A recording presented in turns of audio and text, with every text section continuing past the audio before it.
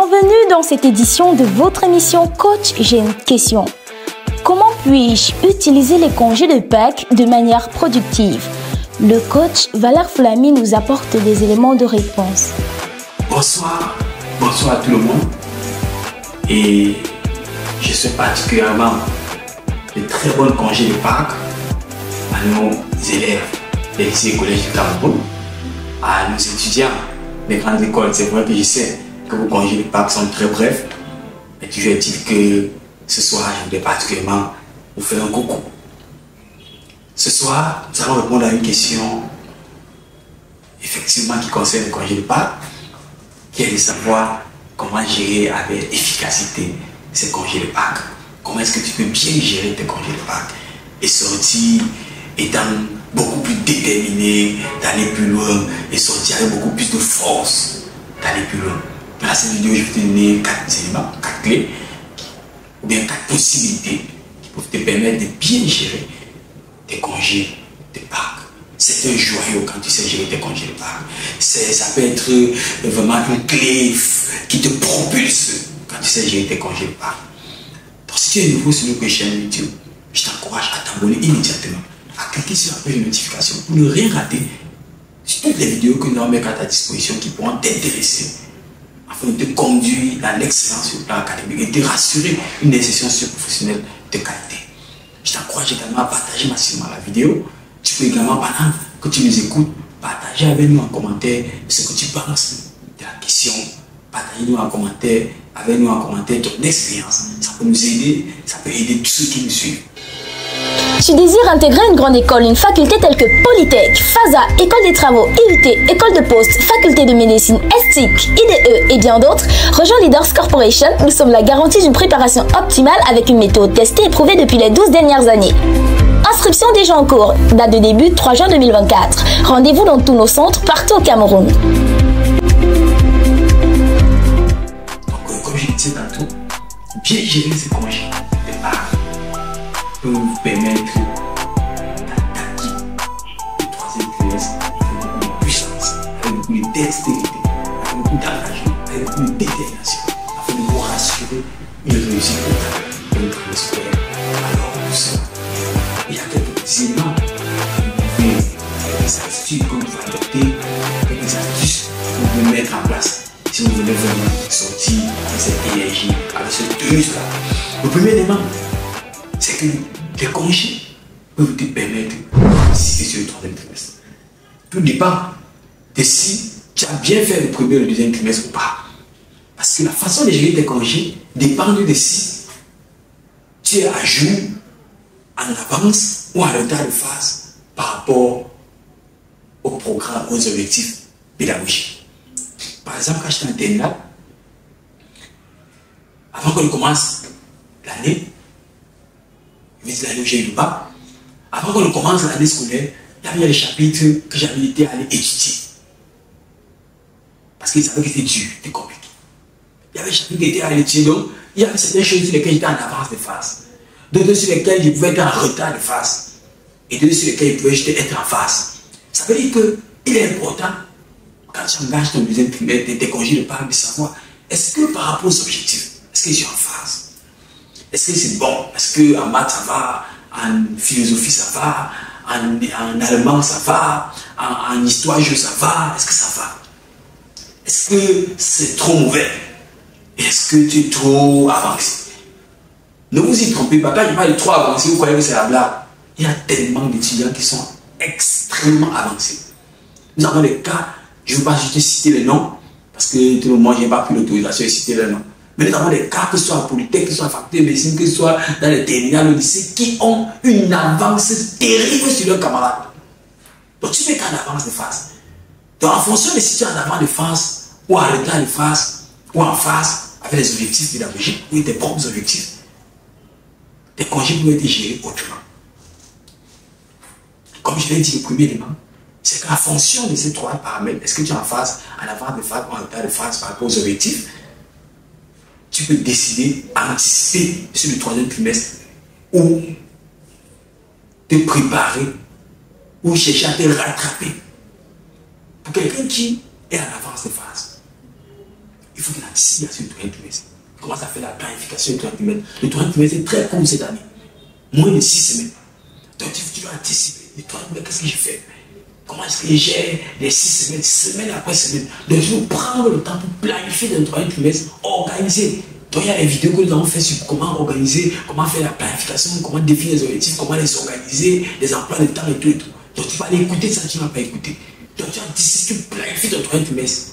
Dès que lundi, tel tombe, saute. Voilà comment je me comporte jour pour jour jusqu'à la veille de l'examen. Ça, c'est une chose que tu peux faire par les congés de Pâques. Maintenant, si tu es en retard, tu peux décider par les congés de Pâques, par un stage bloqué. Il y a beaucoup d'élèves qui sont naïfs. Ils vont aller prendre les stages bloqués quand on a fait les dernières révisions en classe. Et ils seront surpris que ça ne va pas payer. C'est par les congés de Pâques qu'ils vont prendre les stages bloqués. D'autant plus que l'examen, c'est dans presque 2 mois, de 2 mois. Donc c'est maintenant que vous devez prendre les stages bloqués. Et pendant 2 semaines de congés de Pâques, tu peux prendre même 5 jours, ou même 10 jours de stage bloqué. Et dans les 10 jours, tu travailles 10 heures par jour. Tu sors des congés de Pâques ayant appris 100 heures de temps. Je peux te rassurer que tu ne peux pas imaginer ce que tu peux apprendre à 100 heures de temps.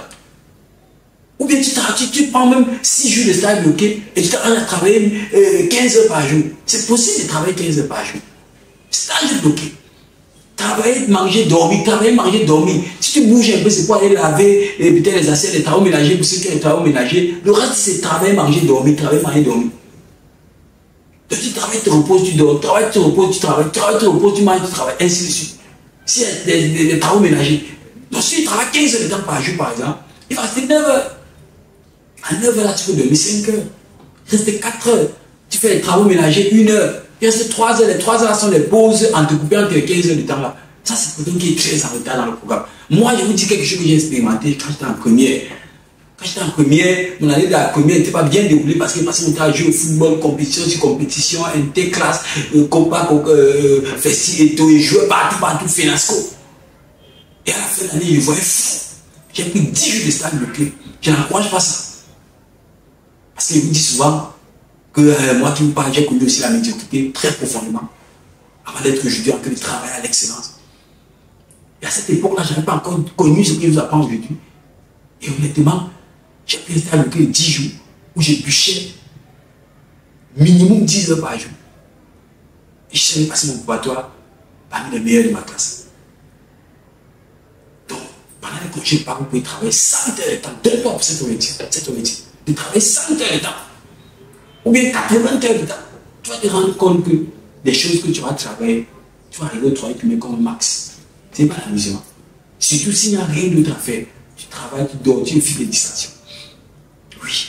Autre chose, c'est que si tu te sens prêt, c'est un moment pour toi de développer des nouvelles compétences. Si tu n'as pas de problème, tu n'es pas en retard, tu développes de nouvelles compétences. Tu peux faire un projet personnel.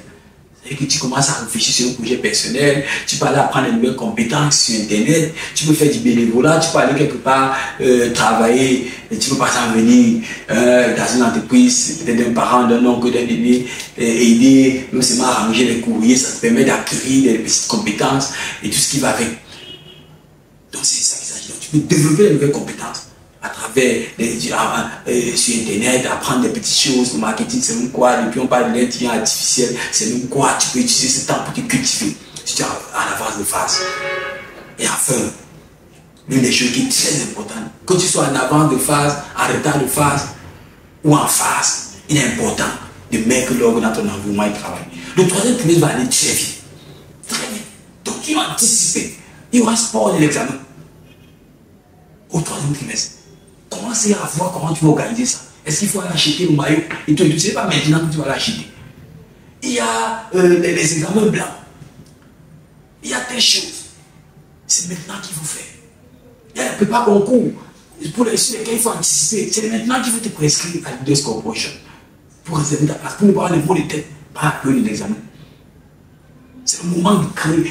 Et généralement, pendant le deuxième trimestre, avec la pression, il y a le désordre dans notre chambre, le désordre là où on apprend, le désordre dans nos habits et tout et tout. C'est le moment de mettre l'ordre. De prendre une journée, tu laves tout, tu organises tout, tu classes tout, toutes tes chaussures, tes ceintures, tu laves toutes les chaussettes, tu laves tout. Tu déposes. C'est quand tu es en cours troisième trimestre, tu es prêt faire, à traverser le dernier virage. Et quand tu entres comme ça, et en fait, tout ce qu'on a dit là, tu entres psychologiquement prêt, psychologiquement posé. Et tu te donnes comme ça toutes les chances de passer un dernier trimestre. Je vais vous dire, les amis, celui qui gère bien son troisième trimestre peut avoir des résultats inimaginables. Le troisième trimestre peut te permettre, si tu commences bien en gérant les congés de Pâques, d'atteindre des résultats que toi-même, tu n'avais pas imaginé. La fin d'une chose, chers amis, vaut mieux que son commencement. Donc, sur ce, je vous souhaite des bons congés de Pâques, un bon troisième trimestre. Et je vous encourage, pour ceux qui viennent d'arriver, à s'abonner. C'est très important. Et à cliquer sur la cloche de notification. Merci de nous avoir écoutés. Merci de partager la vidéo. Et rendez-vous demain 19h pour notre prochaine émission. Coach, j'ai une question. Nous espérons que vous êtes satisfaits. N'hésitez pas à vous abonner sur toutes nos plateformes et à nous présenter toutes vos préoccupations. Rendez-vous demain soir dès 19h pour une nouvelle émission. Nous espérons que vous êtes satisfaits. N'hésitez pas à vous abonner sur toutes nos plateformes et à nous présenter toutes vos préoccupations. Rendez-vous demain soir vers 19h pour une nouvelle émission.